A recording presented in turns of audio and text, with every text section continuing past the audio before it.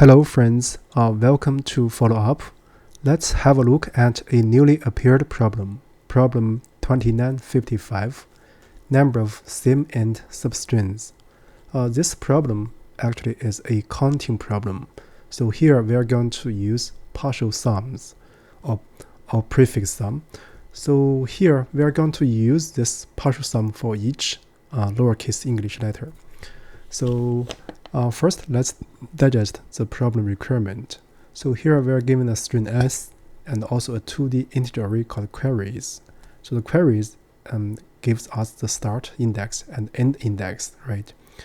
So this query means a substring starting from this L and ending at this R, right? So we want to return an array answer, where answer I is the number of sim-int substrings of queries I. So the sim-int substring means the beginning and end characters of the corresponding string is the same. So as specified here. So now let's look at the two examples here. So we're going to look at example 1 because it's a very representative one. So here we have a string which has a length 5. So the start index will 0 and the largest index will be 5. So here the index 00 will represent a single character string A, right? So the sim-int string will be only 1 because just 1. A0 and A-1 is both the character itself. So we have 1 here. Well, from 1 to 4. So from 1 to 4 we have B, C, A, A. Let me write here. See for the query 1, 4, right? So we have the string will be B, C, A, A, right? So notice that each single character substring is a valid sim-int substring, right? When we do the counting, right, we need to count the length, in other words. So each means each character is a valid one. So here we have 4, right? Now we know here A appears twice. We know this AA can be a substring, valid substring. So we count it as 1. So in total we have 4 plus 1, that is 5, right? So now if you have more A's, right? So for example, you have this number of A, let's say 5 A's. So you can choose any A as start and any A as end. So in other words, you choose 2 out of 5, right? So this is the number of valid substrings with length greater than or equal to 2, right? So the counting we are going to do this. We count for single character substrings. So this is nothing but the length of the substring, right? So if you think of the index or the query, let's say L and R. So this will be R minus L plus 1 because both R and L are included. And then for each character, let's say A or up to Z, something, right? So then if it appears more than once, right? Then we can then count the length 2 or longer length sub-arrays that are valid. That is nothing but the frequency. Choose 2 from the corresponding frequency, right?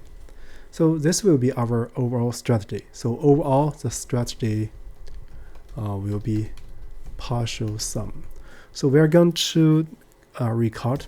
So here we are going to retrieve all the partial sum sequences for each character, right? So because we have 26 lowercase English letters, so here we just need to track 26. So with that said, actually we can look at the coding, and in between, if you couldn't grasp something, you can try to digest. So first, for convenience, I'm going to get the length of this string S, right? Then I'm going to use a table. So this you can think of as DP, but it's not just partial sum. So the each of the element you can regard as the number of columns is n. So then for we have 26 rows. So for example, the first row will corresponding to the partial sums for character A, and the last row will for character Z, right? And then we are going to fill this table. This is actually just a double loop for loop. So basically for J in range M. So here I'm using J because I regard this as a column index, right? So then we can get this character. Let me write with some redundancy, right? So let's assign Sj a variable that is this current character. So we can get which row we should update, right? So current row will be, here I'm using R, the ordinality of this character minus the ordinality of the character A. So this will make, for example, your character is A, so this R will be 0. So this will make A the first row and Z the last row, right? And then we are going to do the update. So we need to update each corresponding row for the current column index J. So for I in range 26, right? So if this I equals this R, this is the very row we are going to meet a new character, right? And then in this case, we can first let's see, we can see if J is 0, the first one. So we first met this character. And then we are going to set dr or di the same, right? J to be 1. Otherwise, what we are going to do, dr J, right? You can write I if you like. So here what we want to do is dpr J minus 1. So incremented by 1 because now we are meeting a character. So another case, this is actually very important. In my first try, actually I forgot to update the corresponding other rows. So if the row is not the row corresponding to the current character, we need to, because it's a partial sum, it should be non-decreasing. We need to make it equal to the previous column 1. So that is, if J is 0, we don't need to do anything, just 0, right? If J is not 0, what we are going to do is dpij. So here I use I. So if here you like, you can use I, but R and I are the same. So in this case, we are going to set it to be R and J minus 1. Because if this check makes this index meaningful. So now we set this D. So we can actually print out this D just to give you an idea, right? Not DP, so I just use D, right? So I read too many DPs, so use DP. So just a dictionary, right? Yeah, for example, at index 0, A appears once, right? So you have once. At index 2, and so A still appears once. And index, and this is the index 2, so A appears once. At index, this is 3, right? A appears twice. And then at index 4, A appears 3 times. At index 5, A still appears 3 times. Now, if you look at this one, for B, so first time we didn't see B, so we just set it to be 0. Then B, this is the index B first appears. And then up to the last index, we have only 1 B. Then at the B index 5, we have 2 B's. Similarly, you can check for character C. For this string, so it contains only 3 unique characters. So for corresponding to A, B, and C. All the others remain 0, right? So now we have this information. So basically, we are ready to write. So we can write a function to do the counting. Let's see, count from query, right? So the query, let's say we have R index. So we want to know how many sim and substrings in this range, right? So first, no matter what characters we have, so we know single characters substrings are R minus L plus 1. So here R minus L plus 1. So now we are going to check those characters which appear more than once, right? So now basically we check for all the lowercase English letters, right? So for I in range 26, right?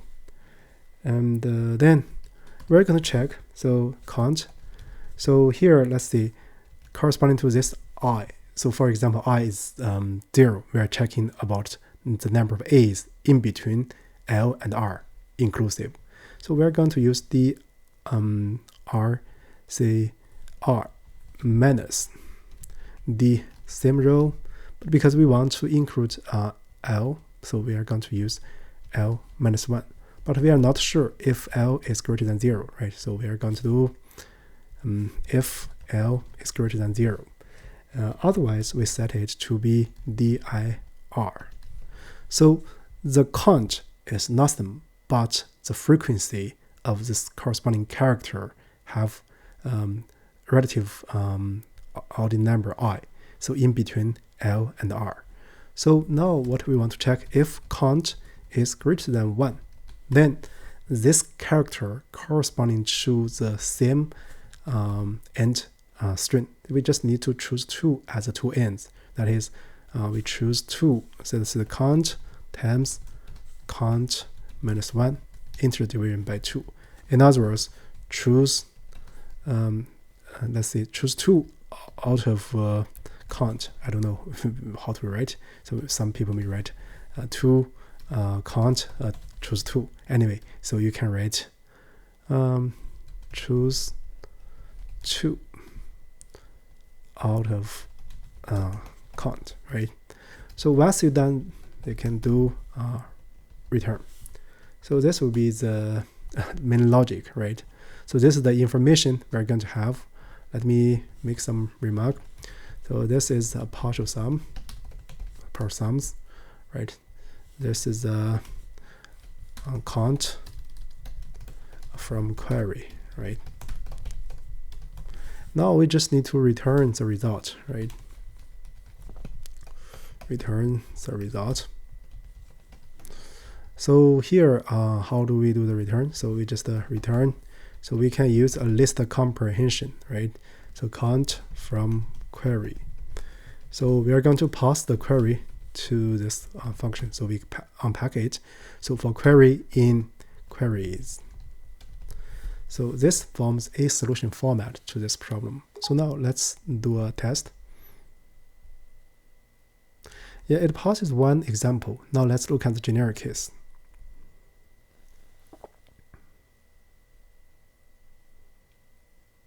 Yeah, it passes all the cases. So here, actually, for the temp complexity and the space complexity is very routine or very trivial to analyze. For example, here is the space complexity, the 26 times n. Roughly you have O of n, but they have a big amplifying constant 26. So here, if you have a for loop, but the inner loop is 26, bounded by 26, and the outer loop is bounded by n, right? Then for this query, so you have, again, you have a for loop in between, and then the other just element retrievals. So this one, the last one, is a list comprehension, right? So with that said, I guess that's about it for this video. Thank you.